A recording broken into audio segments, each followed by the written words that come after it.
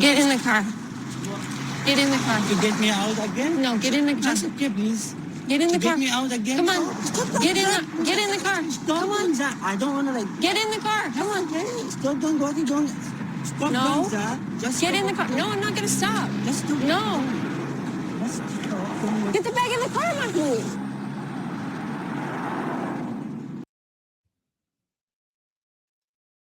What up, party people? I am back. Welcome to my channel. This is exactly Erika. We're talking 90 Day Fiance, happily ever after. Really? All right. We're talking Mahmoud and Nicole tonight. That's where I'm wearing the Amazon wig for the peoples. But all right, we're talking everything 90 Day Fiance. Let's get into it. I want a happy ending, tired of pretending. Let them get the best of me. Whoa, whoa, whoa. Give me a break. The game is survival. Give me a break and plan my arrival. Woo! Plan my arrival. I am back, party people. And we're talking 90 Day Fiance, happily ever after. So the first couple, we're going to get into it. We're going to get it on and popping because this couple is one of my favorites on this season. And we're talking Mahmoud and Nicole. Now, here is the thing. Let me pull that back up on the screen. Let me get it back up. All right. Let's see if we can see it a little bit better. Let's see if we can do it a little bit better. All right. So here we start off. Okay. So as you all may have recall from the last episode, Mahmoud, first Nicole brings her friends back. Eventually they leave and she and Mahmoud, I think Mahmoud leaves one night and goes to the hotel and uses her card and she kind of halfway curses him out. Then he comes back. And then now this is the second night and he's like, I want a divorce because you cray cray. You are cray cray. I want a divorce. And she's like, okay, get out. You're not going to be up in my house like that. And he's like, you're not gonna talk to me any old kind of way. So he leaves. So after he leaves, she realizes that if it were her and she were out there, he would search. She decides to go search for him and she finds him.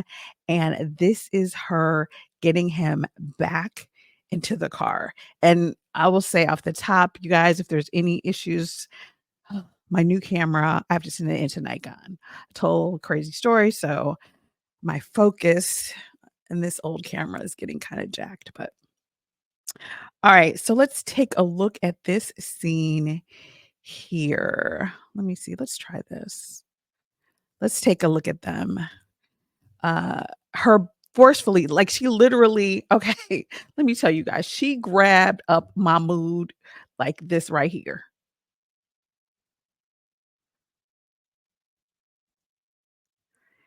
She grabbed him and took him into that car. So let's see how it plays out. Let's go. I'm now like so confused about like what I have to do. Because after she kicked me out, she coming back and trying to find me. She just like showed me like she still care about me and I get so surprised about that. Okay, Mahmoud. Let's see. Do I have Mahmoud? I'm not confused, boo. You need to get your booty up out of there. Okay, Mahmoud. I like Nicole. I actually want this couple to succeed, but Nicole is back in America and is off her hinges. Okay.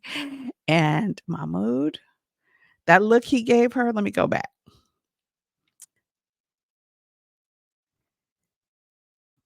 Let's go back. Let's go back. Let's go back a little bit more. No. Look, Get in the car. No, I'm not gonna stop. No. Get the bag in the car, Mahmoud. Look. Let's see. Let's pull it up. Let's make it bigger. Okay. Let's go back.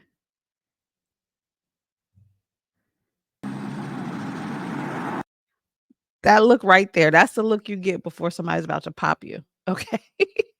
So, y'all, we are seeing it happen in real time. Mahmoud gave her a look like, "You need to get your hands up off me," okay? Mahmoud, again gave her a look. Mahmoud did her like this right here. Okay, we're gonna follow this road all the way down. You're gonna take a sharp left, okay, up here, past this tree here, okay? Once you get up here, you're gonna take another sharp turn. And over here, this is where you have me fucked up at, right here in this place. Because I never asked you for your opinion. I don't care about it. I simply stated what I don't. Exactly. Mahmoud gave her that look like, "You got me effed the heck up right now." But he's still confused about what he's gonna do. What's the scenario? But boo, you needs to get up on out of there. That's what I do know. So basically they head back. We can skip some of this. And she gets to the point where she gets him to break down. Let's watch that right quick. Hard for you. I just don't know why you always gotta run away.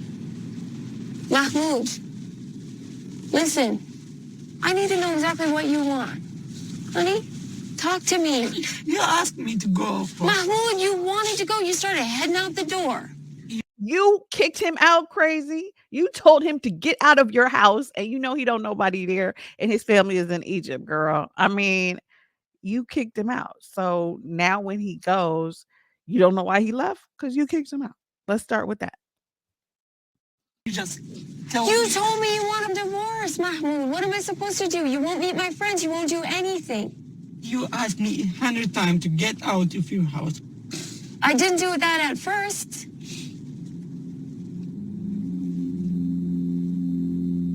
Sorry.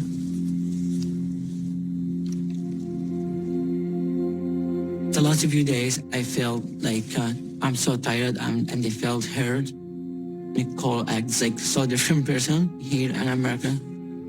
But she's still there for me and I'm still there for her. So I don't know what I'm going to do. Give me a second, please, Nicole. Give me a second. Just by yourself? Let him in breathe, the car? girl. Can I Let wait him out here while breathe. you are in here? Okay. Okay.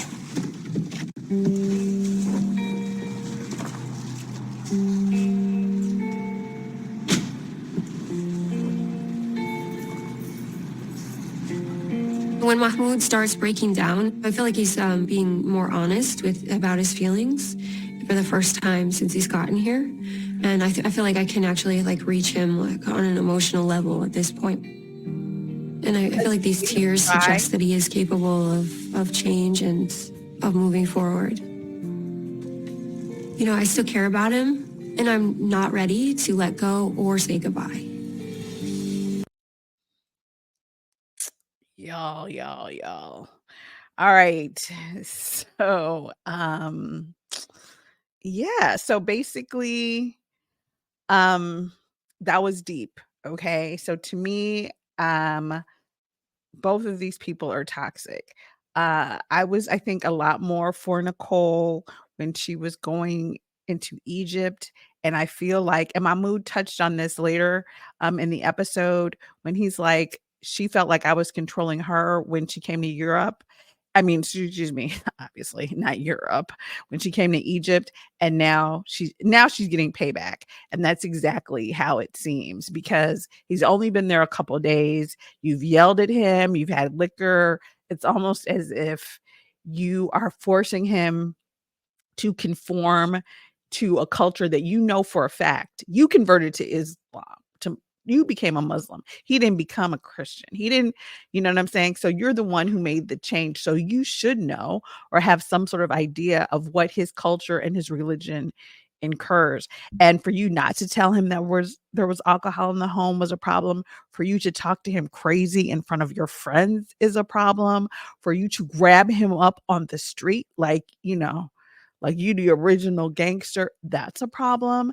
And so far, I almost feeling sorry for him as I did for Michael. Like, Mahmoud, run, baby, run. Okay. But what I will say is by the end of the episode, she agreed. She's like, I'm not going to share a bed with you since we're having this fight. But she blew up the air mattress. Oh yeah, she grabbed him up off the street like a thug, and then came home and made him tea. So she is all over the place. And Mahmoud, you need to phone home, baby. Phone home because your family will tell you bring your butt back to Egypt because citizenship ain't worth this. Okay. I will just say. Um, so she made him a cup of tea. She made up an air mattress for him because I was like, oh, that couch is gonna be uncomfortable. So she blew up an air mattress for him. She put the sheets on it and everything. She agreed to let him stay there and until they could figure out what they were going to do.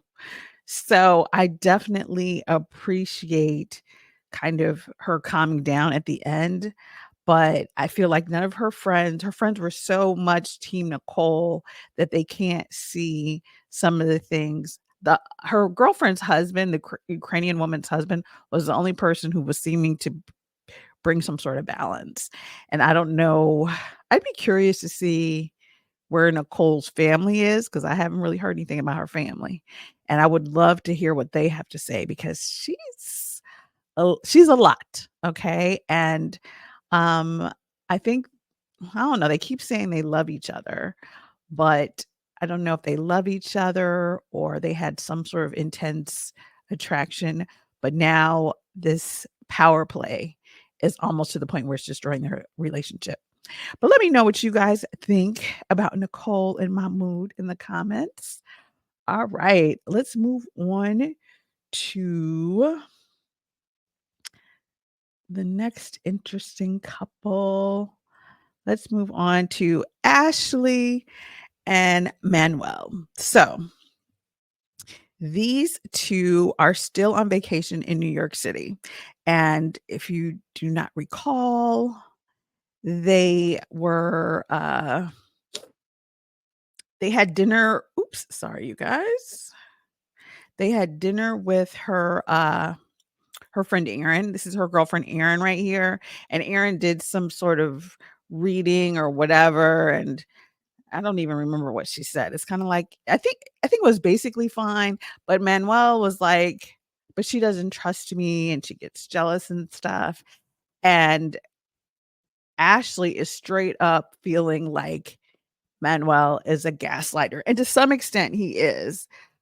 But that being said, even though he may be gaslighting her and all of us, I will say he does move shady. He does move like somebody who's hiding something.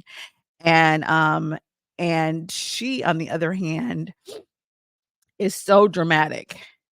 And he can never understand, why are you mad? Why are you yelling? And it's so crazy because this is one of the few couples that um really can't communicate because her Spanish is on point. Like I love the fact that she really knows Spanish. She really can speak to him in his own language and she does so all the time.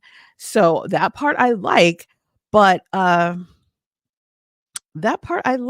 yeah, I don't understand why she gets so over the top with it. And that's when he just kind of tunes her out and wants to go his own way. So the next morning, so they go back to the hotel. We don't really see that, but we see her the next morning in the gym getting it in. And I love that Ashley, I think she does like Soul Cycle or some sort of cycle where she's a teacher for that and she's in the gym working out. So she's inspiring me to get my COVID weight off. So shout out to that for Ashley. But she's working out and she's telling the producers basically she woke up or she heard him on the phone and he just left. He was like, deuces, I'm out. And he basically didn't say where he was going. He didn't send her a text. He didn't do anything. Finally, I guess she's sitting around for hours and hours. And then she calls him, I believe, and turns out he's at breakfast with Jonathan.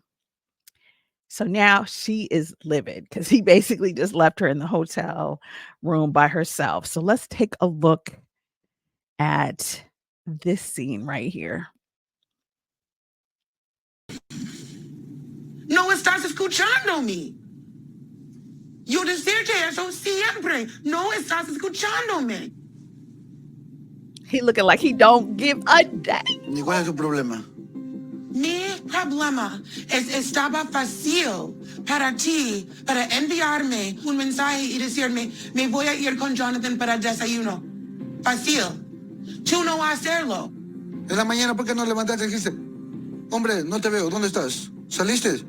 Mira a cómo estás poniendo culpa en mí otra vez. Cuando especialmente para tú decir tu esposa, oye. Okay, so I agree with Ashley on this. He could have just sent her a text saying that I'm out. It's not her fault that she, but I'm not sure why she sat there. She could have just been like, where are you? Like they both, I think I can see both sides on this. I can see her being like, it's rude as heck, for you to just bounce and not leave me a note, not send me a text, none of that. And also, though, if she was upset, she easily could have just been like, where you at? But okay, I agree with her on this one, though, really. Me voy a ir con Jonathan para desayuno.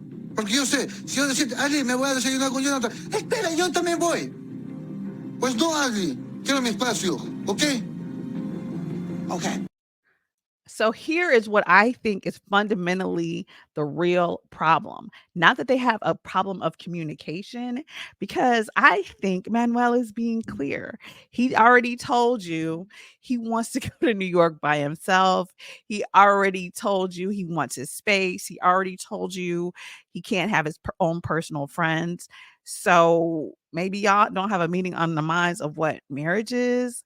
Or maybe he's like, okay, I want to be a citizen, but I don't need to be up under you all the time. But it's so while he also might be hiding things from her, I don't know if it's the fact that she's so dramatic or whatever, but he said in several episodes, I need my space. I need to be able to hang out with my own friends. Even when they were looking at cars and motorcycles, it was all about him doing his own thing.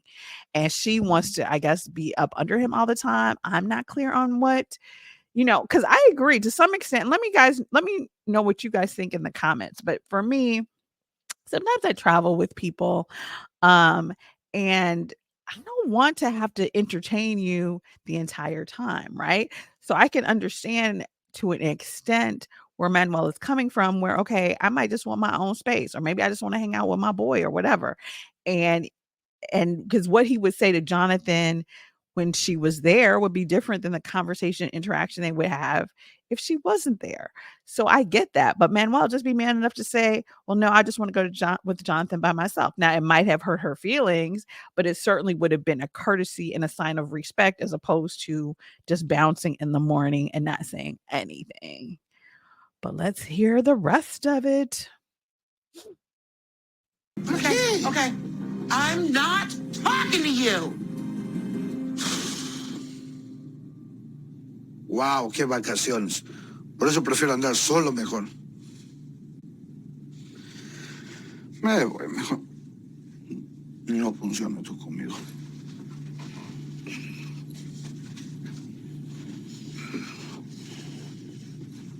No tengo el tiempo para esta mujer, yo. Necesito mi tarjeta.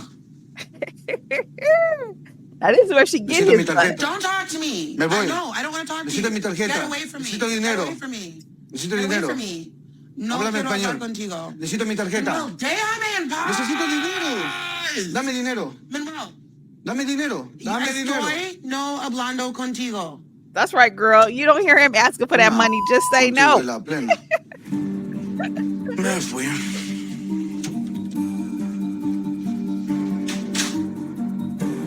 I feel like he creates problems and then blames them on me. I feel like he almost sabotaged this so that you can go do what he wants to do. Because he wanted to be here without me. Now he got his wish. But you got the paper, girl. Get it, Ashley. Go ahead on. Ali es una mujer muy, diría, dramática. Pero ella hace un drama solo por eso. Es algo loco. Che, tu madre. question Piensa is, que where is el he mundo gira headed? alrededor de ella, pero no es eso. Is he headed Si to ella se pone en pass ese the plan de money? dañarnos el día, no es eso. No veo lógica estar juntos.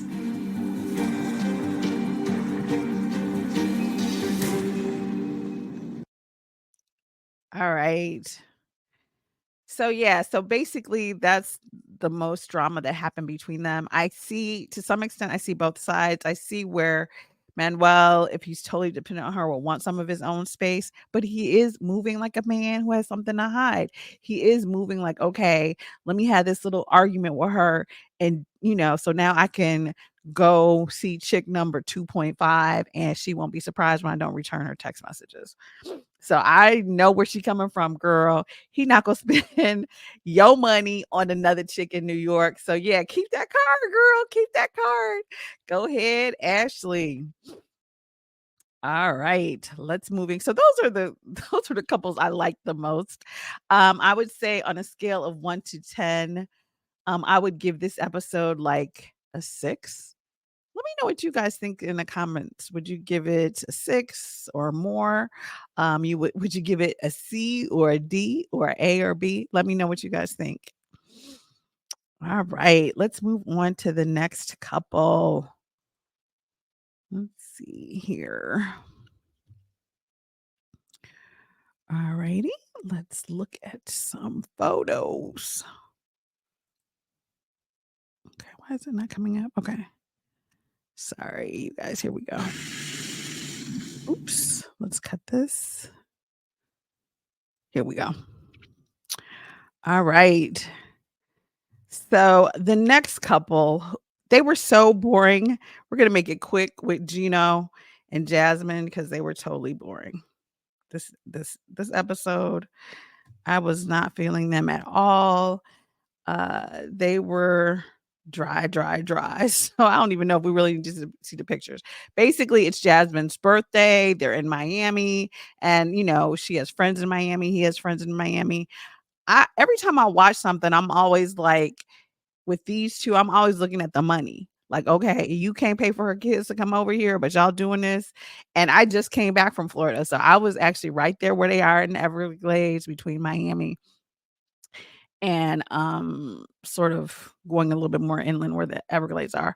And so basically she's so sad and so upset about not having her kids. He runs her this bubble bath, and that's where that picture was. There was let me put it back on.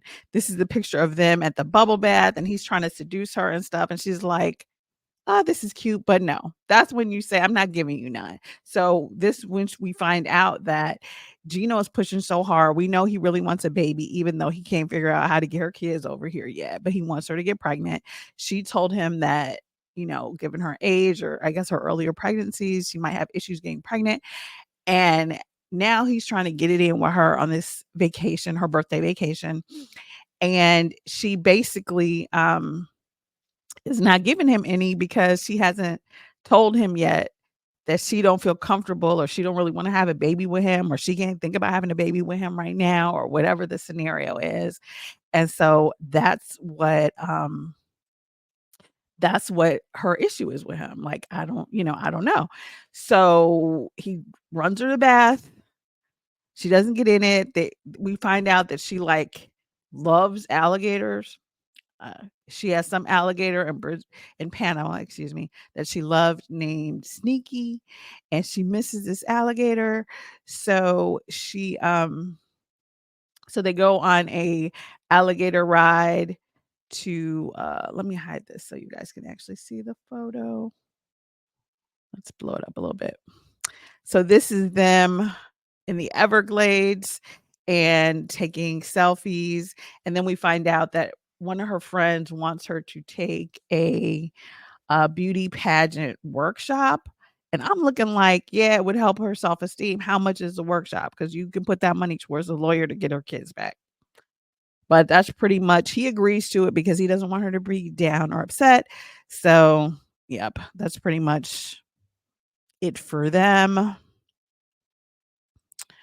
So moving right along, let's see. Let's look at The next couple. All right. The next couple we're going to talk about will be Alexi and Loren. So basically, there's not too much going on with them either. We all know she wants to get this mommy makeover plastic surgery where everything is lifted and tucked. He thinks she's already beautiful. And this episode, basically, she's saying goodbye to the kids and she's going in for her surgery. So that's pretty much, yeah, that's basically all that happens. Then, the next thing is they go in, the doctor marks up her body, and she looked in great shape. I'm like, girl, how much surgery would I have to get your body? Because it was looking good to me. But he's worried, but he's supporting her, which is really, really lovely. So not too much happening with them, I will say.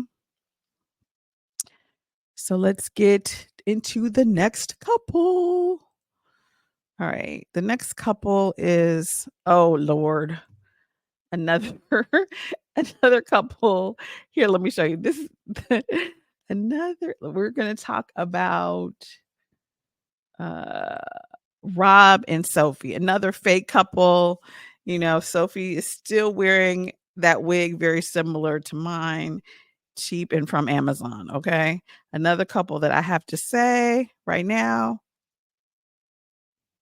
yeah, I don't give a fuck. Okay. But basically, Rob and Loren, they go to a flea shop or whatever, and they buy crystals. And then basically the guy who's selling crystals is also a shaman, and he gives them some sort of relationship of advice. He's like, that's him there. I feel they have communication problems, and always keep your heart open. It was kind of a cute scene, but didn't really, didn't do too much for me, because I still don't even really think they're halfway a real couple. I hate to even watch these scenes, honestly. The one part where it did get good is we find out at the end of the episode that she and Rob, and they show clips of it, they're in the room, and then her phone is there, his phone is there, and production has all their phones or whatever, and then we hear a phone vibrate, and then Rob is like, I don't know what phone that is. Like, and then it goes to his like Alexa voicemail or something. And obviously it's not the phone that's there. So she's like, what's going on? And she tells her mother about it. And her mother is like, of course he has a whole phone. I don't know. I like to call it a bat phone, but whatever. He has a disposable phone for the hose. And mother was like, you need me there to find that phone in 15 minutes. And she does, because she's like, oh, I bet you it's behind the tarantulas. But then the spiders start moving and she never goes back to actually look for the phone. And I was like, okay. Right when it gets interesting, she kind of gives up and says she's not going to say anything right now until she finds proof, until she actually finds the phone. Please let her find the phone in the next episode and put us all out of our misery. So that's pretty much all that happened with them. Let's see. Our next couple is Patrick and Thais. Okay, or Thais and Patrick. Yeah, so basically it's their birthday. They just got there like the night before. And so this is their birthday celebration. He brings her this little cake. And then they're going to meet with her dad in the park. Now, her dad is like, I want to know what he does for a living, because her dad is almost like, I'm like, Patrick, you might want to check for your safety, because her dad be giving looks like, y'all better make it right. Whenever I see her father, I feel like it's a Godfather reenactment. Like, what's going on here? So we see her. She meets with her dad. Let's see. She meets with her dad in the park. And this part is so touching right here. Okay. That part is so sweet. And let's hide this so we can see the photo better. That part is so nice. They meet and the father is so happy. He's so excited to see the baby. And, this is his first time meeting his granddaughter. And so he's very tearful because he and Tyus had such a close relationship, and he still doesn't really understand why they lied and why Patrick never really asked for her hand in marriage. Now, right here, y'all, look at that look. He's like, yeah, what if I kidnapped your daughter? I was like, oh, okay, wait. Kidnap? What is we talking about? What are we talking about? He was like, yes. I was like, rewind. It's like, yeah, what if I kidnapped your daughter? And I was like, oh, that look he gave him right there was like, because I could do it, boo. I could do it. I was like, okay, Patrick, you better get it back together, boo. You better step back in line, because her father is not playing, y'all. He is not playing at all. He, and so he's like, okay, I still want you, even though they're married. Oh, excuse me, you guys. Sorry. My nose is running. Sorry, people. Let me finish up with them. So even though they're married, they have a child, all the things, he's like, you still owe me an apology. Both of you do. And Thais went ahead and apologized. Patrick said, oh, if I apologize right now, that wouldn't be authentic. And the father was like, he was like, okay, well, you got a few days to get it in. Okay. You got a few days left to make that apology. That's what he said. You know what I'm saying? So Patrick, you better do it, or you gonna end up coming back solo, because some people might get snatched up. That's all we gonna say. Let's see. So yeah, you guys. All right. So like, comment, and subscribe, party people. That's it. 90 Day Fiance, happily ever after. I will be back this week with all of the things, all of the videos. I'm getting caught up on everybody. So like, comment, and subscribe. Be true, be you, be great, people. Ciao for now. Fuck this shit, I'm out. Fuck this shit, I'm out.